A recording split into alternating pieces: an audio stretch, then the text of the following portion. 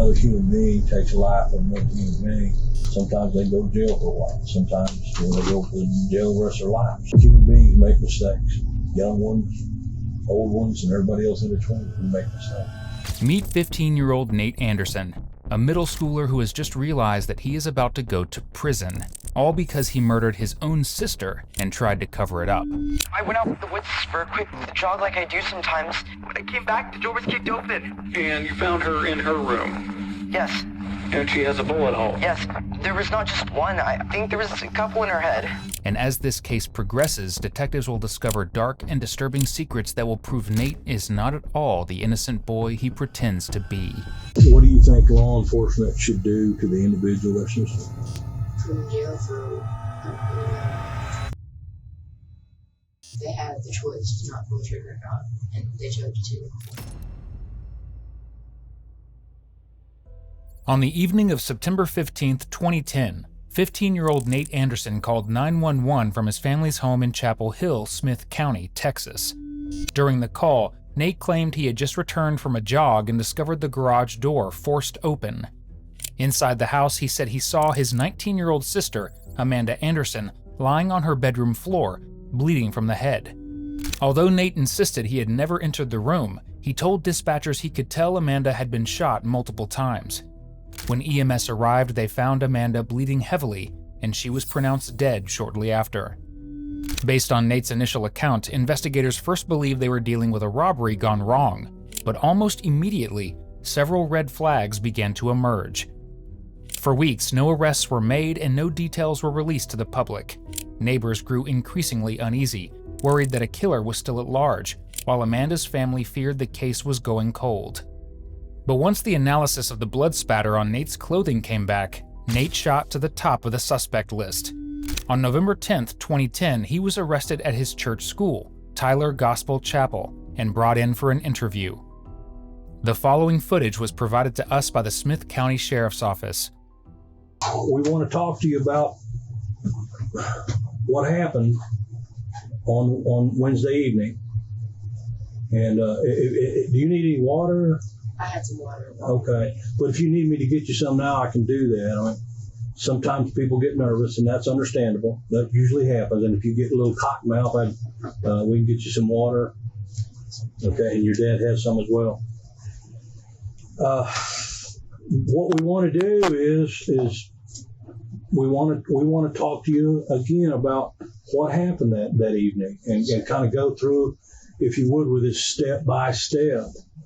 And what you saw, what you heard, what you did, and then we'll just basically want to go through it. We can take our time. We don't have to go real hurry. I mean, in a very quickly, we can take our time and just kind of, if you can remember a little bit more than what you did the other night, that's great. But this was on Wednesday night, September the 15th. Can you tell me what you did that day? Just all day? Yes. Well, I woke up, I got dressed for school, we went to school. And after that, we usually spend about 2 hours after school because I go home with my aunt, who's my teacher. So after that, we went to Brookshire's and we picked up a few groceries for them. Then I came home and was doing my homework most of the day. And about, I don't know what time it was, but I didn't really look at my watch. I didn't have it on or with the time, but after a while I was having trouble finding it. I just took the dog and went out for a jog through my trails behind my house, and I went out. My aunt lives, I don't know how far I went, but I was pretty far from the house, and I started jogging back, and when I got back the door was kicked in. Then I went straight for my room, and Amanda's door was not shut, but like pulled to where you have to push it open, that's all. I went in my room, then I went and pushed her door open, and she was on the floor with some blood on her bed and on her carpet. I didn't pay attention that much, but I went into a panic, and I was scared, so I went straight out of the room. I shut the door, and I went straight for her nearest phone or something, and called my dad. And he was out to eat with some students. Okay. Well, let me back up here for a second. Now, you obviously know we've been wanting to talk to you. Do you want to talk to us right now? Because we're going to sit here and talk for a little bit. If you don't want to, if you feel uncomfortable, or you're still nervous, you're still not, in a position where you feel like you can talk to us, you don't have to. You understand that? Yes, sir. It's been a couple of days, and I know you were extremely shook up, rightfully so. But, to do our investigation, to do a proper investigation, obviously we need to talk to you and have you kind of go through it step by step as to what happened, what you saw, what you heard. So you went out jogging? My dog, the little dog. With your dog? Now I saw two dogs at the There house. was a little white dog, Rusty, inside the house. And where did you go jogging? We have some trails behind our house that I ride my dirt bike on, and we put paintball back there. And I was just going through the trails.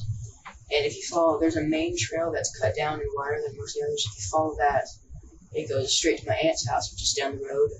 And I'd gotten almost there, and then I started to turn right and come back. Okay. So, let me ask you this. Did you know that your dad had called your sister at some point in time? I knew that he wanted her to go pick up my mom at the hospital because we only have 2 cars, so Okay. she was going to go. Okay.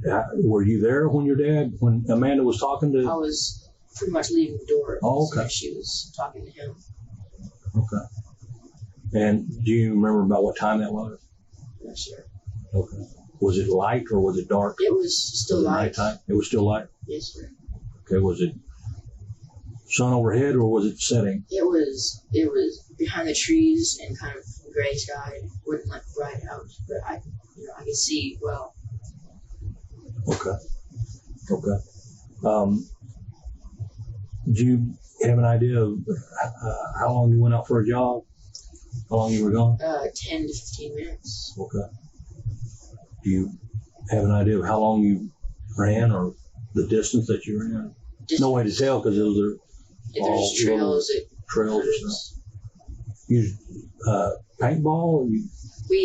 I ride my dirt bike that's in the other garage Okay. around there, and we play paintball back there with my friends and stuff. Okay. So you saw the door kicked in, you said. Yes, sir. Did you walk through that door? Yes, sir. And you went to your bedroom, you said? I went and opened my room, looked around, and there went your man. Okay. And so did you go into your sister's room or? I opened the door and kind of stood in the doorway and just. Okay. Did you actually go in there? I didn't walk in near her. I kind of stayed at the doorway, just to look around, and she didn't. Mm-hmm. So you didn't go in and lean over her, shake her, move her, roll her over, anything like that? No, sir. This was one of the first major red flags investigators noticed.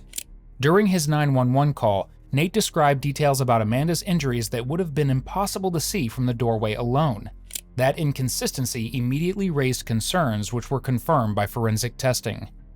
Blood spatter analysis revealed microscopic droplets of Amanda's blood on Nate's shirt and pants.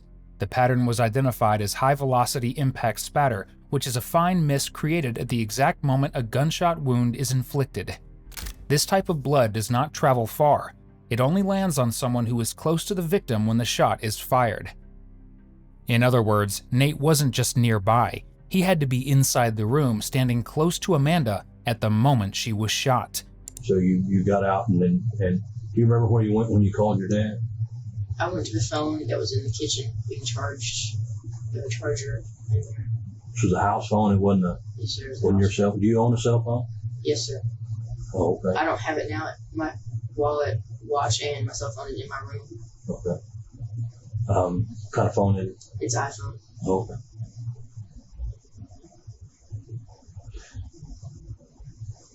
What can you tell me? What happened with the dog, the little white one? What?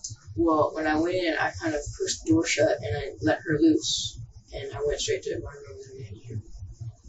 What do you mean you let her loose? Well, I just let her off the leash, and she always runs to her room because it was really her dog.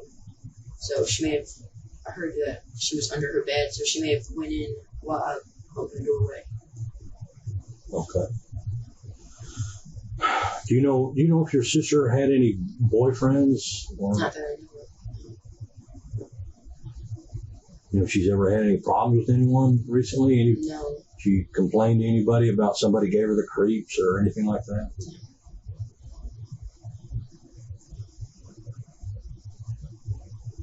So, when did you get? Do you remember what time you got home from school? Well, we get off school at 1 o'clock, and maybe 2:30 when I got home, around there. And how did you get home? With my Aunt Julie. She's in the waiting room. Okay. So when you got home, you were the only one there. Amanda was there. She was watching for her science class, I forget what class it was, but they wanted her to watch The Last of the Mohicans, so she was watching that when I got home. And that was on the big TV out there in the living room? That's when you got home at 2:30, she was there watching that show? It should be still in the PS3. Can you tell me what you did after you got home? I really made myself lunch, which I just made some nachos, and got started on my homework. Okay. Because we have such short days, I bring home quite a lot of homework. Okay. So you made lunch and did what? I'm sorry. Just began on my homework. Okay. Where do you normally do your homework? On my desk in my room. In your room. Where do you go to school? Where is that? I don't know what the road is called it's on, but there's a school right next to the church. That's where we go to school. Okay. Everything going okay there? You like it pretty much? There's only 40 kids there, and we know everyone there. Everyone goes to our church. So. Okay. Who do you think would want to hurt your sister? I can't think of anyone who would want to hurt me. I don't know anyone would not like her. She was really nice. We're trying to get any idea who would do this to her. What do you think we ought to do to him when we catch him? Just put him in jail. I don't really know.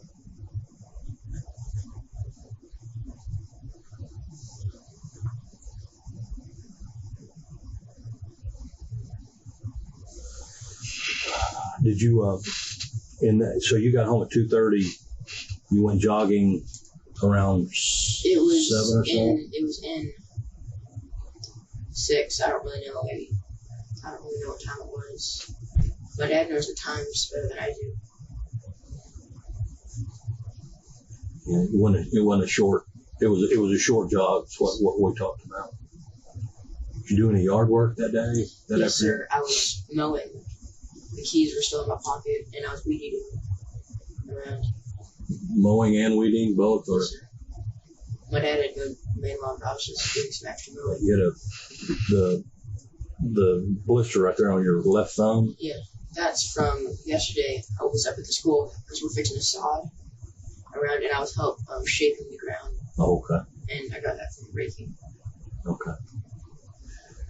When you got home from school, are you required to wear a uniform at school, or? Yes, sir. It's a lot like this kind of shirt, but it's pure red and a little bit thicker for material, and just jeans.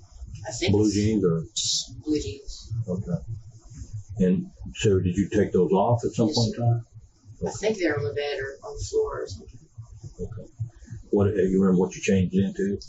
The clothes you saw me in, the gray shirt with some blue. And just my brown paintball pants, which is my work pants. So far, Nate has sat in this interrogation room pretending to be an innocent boy.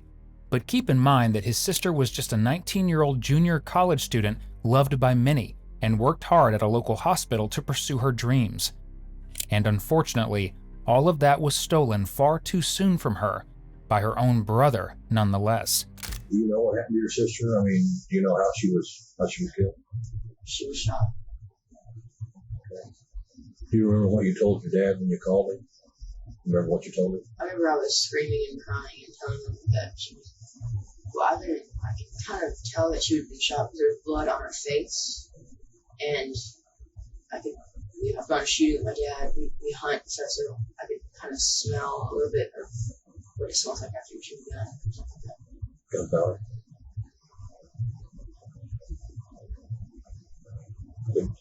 So you couldn't really tell she was shot once you stepped in the room?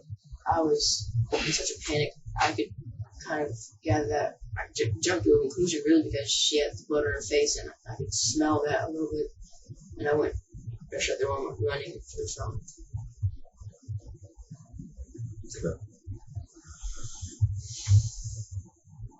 So you called your dad, and then what happened after that, once you called your dad? It was literally maybe a minute or two what it felt like after that, and the Smith County Sheriff's Department called me and was talking to me and waiting for the officer to come by.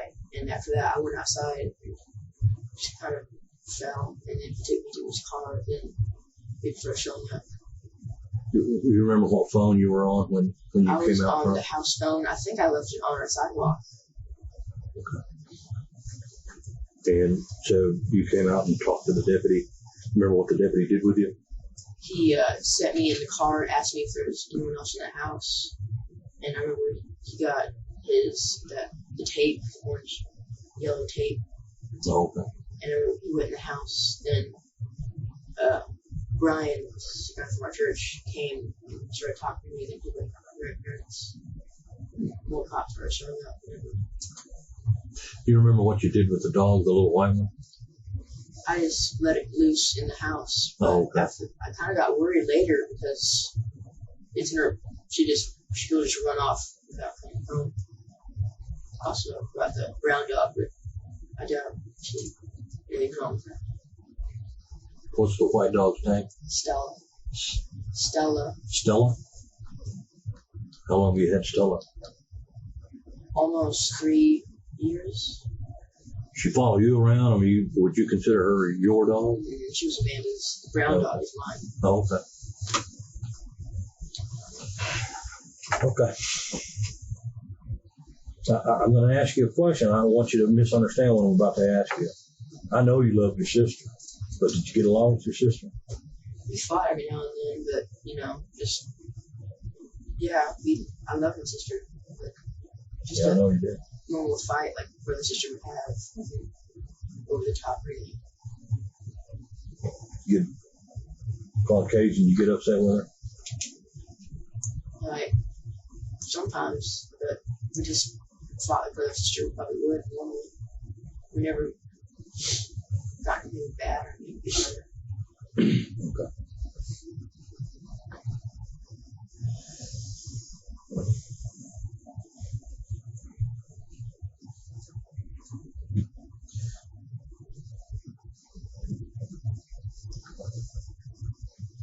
You like to hunt? Yes, sir. What do you like to hunt for? Whitetail. Whitetail? When was the last time you went hunting? Last year, maybe around Christmas, we went with my dad out to. Okay. You ever seen any deer around your house? Just seen some deer tracks over the years on trails and stuff. I haven't really seen any, but my sister has. Oh, okay. You told me earlier that you go out there in the woods and ride your motorcycle. Is it a dirt bike? Yes, sir. Do you have an ATV? My grandpa does. Oh, okay. In his shop down the road. Have you ridden your ATV back there any time? Yes, sir. What about your motorcycle? Yes. Within the last day or two? Or? No, not for a while. Oh, okay. What about the ATV? It's been longer than that dirt bike. When was the last time you went jogging there besides Wednesday night? It's almost every day. Oh, okay.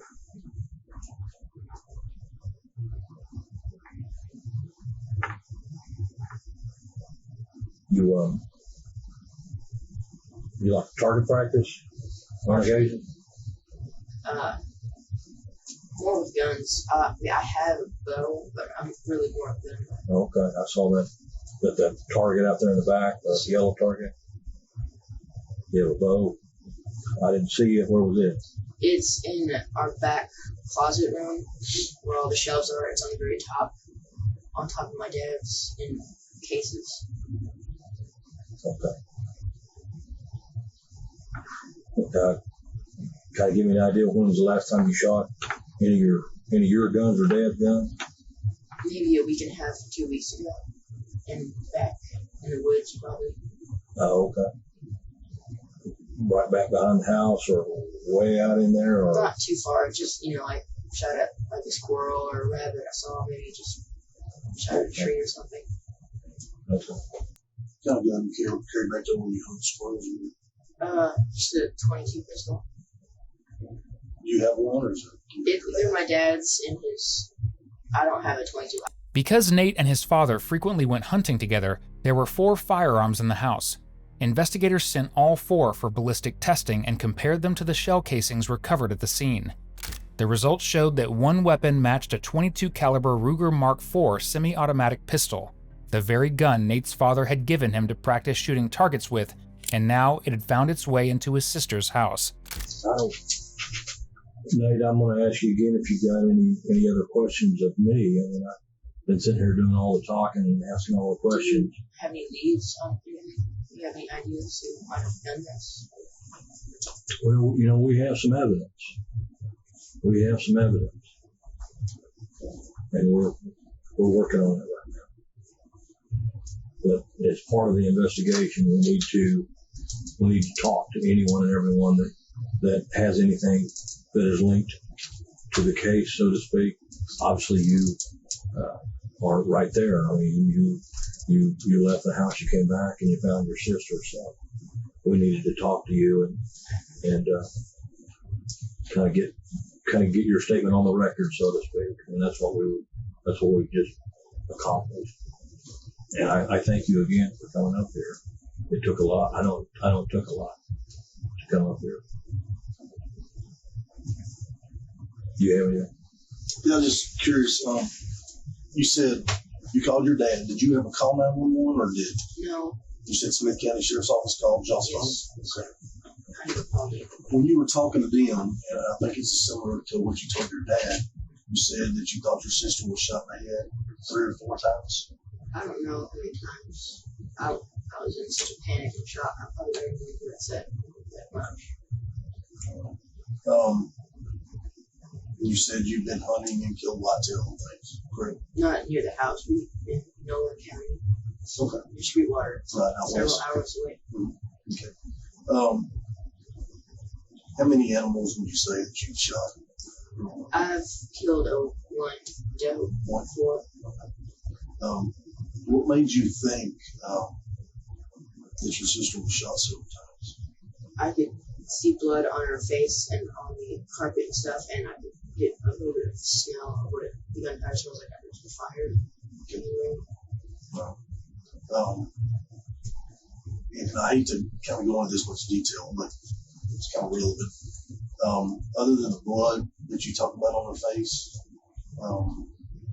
was there something else? I mean, because someone can be beat up bad, or someone, other things happen to them that cause blood to get on their face. I didn't see him come out of her nose or like her mouth like she had been punched or hit by something. Okay. It was kind of on her head and stuff. But I really just jumped to a conclusion because I could smell that stuff and the mixture of blood on her head and on her bed and on the floor. Okay.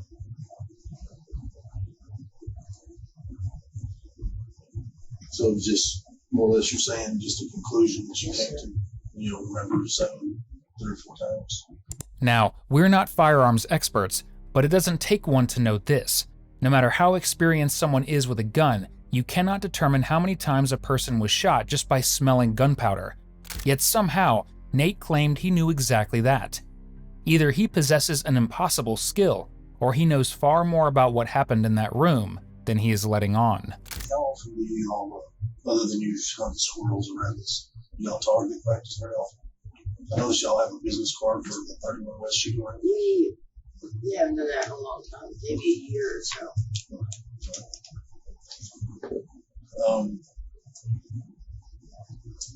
And I know sometimes brothers and sisters tell things to each other that you don't tell your parents. And I'm not trying to get you in trouble with your parents or anything, but kind of going back to your sister dating anybody or anything. I know sometimes parents don't approve, and I'm a parent, got 2 kids, and I understand that. Is there anybody that Amanda told you, don't tell mom and dad that I've been talking to this guy, or I met a new guy at school, or me and this girl had a falling out, we don't like each other, she's kind of a violent person or anything like that? No. Nobody's come out of the house. Sounds like you and Amanda are home quite a bit Yeah. during the daytime when mom and dad aren't there. She gets up at school most of the time before I get home because she teaches my aunt who brings me home since I can't drive yet. Okay. So, but there's nobody that she said anything about. She met at school or at work or anything. She works. Then she works also. So nobody that you know of that might have got on there. Was the garage stay open during the daytime? Yes, sir. When we leave, we close it sometimes ever since my dirt bike got stolen. Okay. Now, it stays in another garage, okay? Yes, sir. Okay, with the lawnmower And I locked the dirt bike up. Okay. So the garage stays open. How about the door going into the house? Is it normally locked? Or? It's normally unlocked until it's home. Is that kind of how y'all go in and out, or y'all go in and out the front? I don't know if anyone would, unless someone's like have a business card or trying to get a flyer. Everyone that we know is to the garage. Okay. And that's how y'all normally go in and out of the house. How about the back door on the addition back there? Is that goes to where all the little closet? Yeah. No one goes in there. Okay. So that stays locked. Nobody uses it as a regular door? It may have not been locked. You know, we go out there sometimes. The problem was, when officers examined the door, they found no signs of forced entry.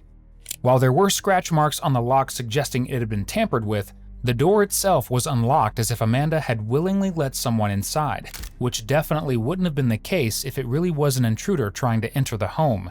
I noticed in your room, reading a book about Navy SEALs and several things like that. Is that an interest of yours? Yes, it is. Okay. Somebody in your family in the military, or just something you picked up on your own? Me and my friend are always at nursing that kind of stuff, like being Navy SEAL or special ops. Right.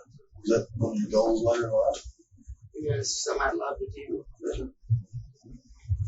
You do, I know it's a small school, but do you do any sports? Not in our school, no. How about anything like summer baseball or flag football? I asked you this before, Nate. I want to ask you again. What do you think law enforcement should do to the individual that hurt your sister? I don't know, just put him in jail for, I don't really know. I wouldn't want, kill him or anything, just jail, I guess. Do you understand how the criminal justice works, the criminal justice system works? Yes, sir. So if another human being takes a life of another human being, sometimes they go to jail for a while. Sometimes, they go for the jail the rest of their life. Sometimes it depends on the case, I guess, on what actually happened.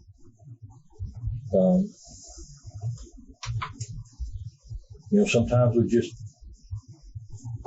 human beings make mistakes.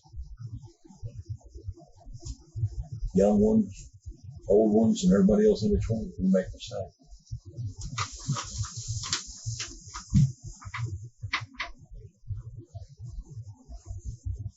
If this person made a mistake, that he didn't really want to take your sister's life, do you think they should seek justice? Do you think we should do something with them, even though it was a mistake? Just an accident. If they saw her, then they had the choice to not pull the trigger or not, and they chose to. You think they should go to jail?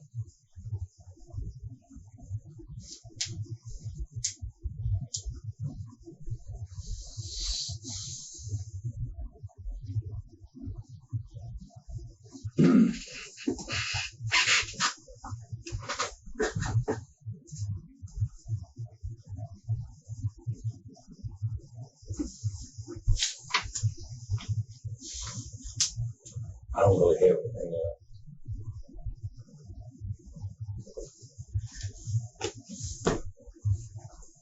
I'm going to go ahead and we're going to stop right here unless there's something else you want to say to me or anything else that might be able, like I said, might help me.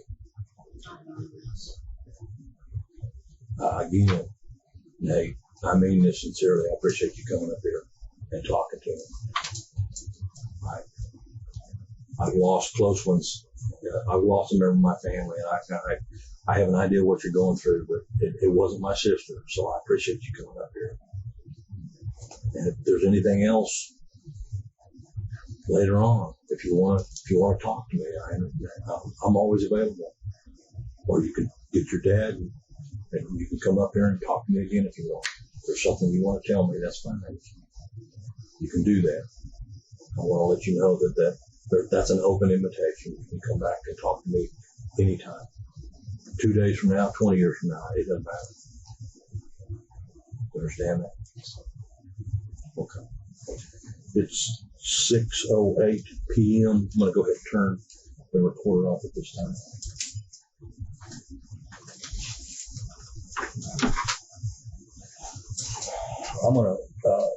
We're going to go back out to the lobby. Nate Anderson was charged with first-degree murder for the killing of his sister, Amanda Anderson. Despite being just 15 years old at the time, a judge ruled that he would be tried as an adult, citing the severity and brutality of the crime. In February 2012, Nate accepted a plea deal and pleaded guilty to first-degree murder. He was sentenced to 20 years in prison, with eligibility for parole after serving 10 years. In early 2021, Nate was released on parole. As part of the plea agreement, he waived his right to appeal the conviction and sentence. Thank you for watching today's video. Whether you're new here or have been with us for a while, check out one of the craziest cases I've ever covered right here, or one of my newest uploads right here.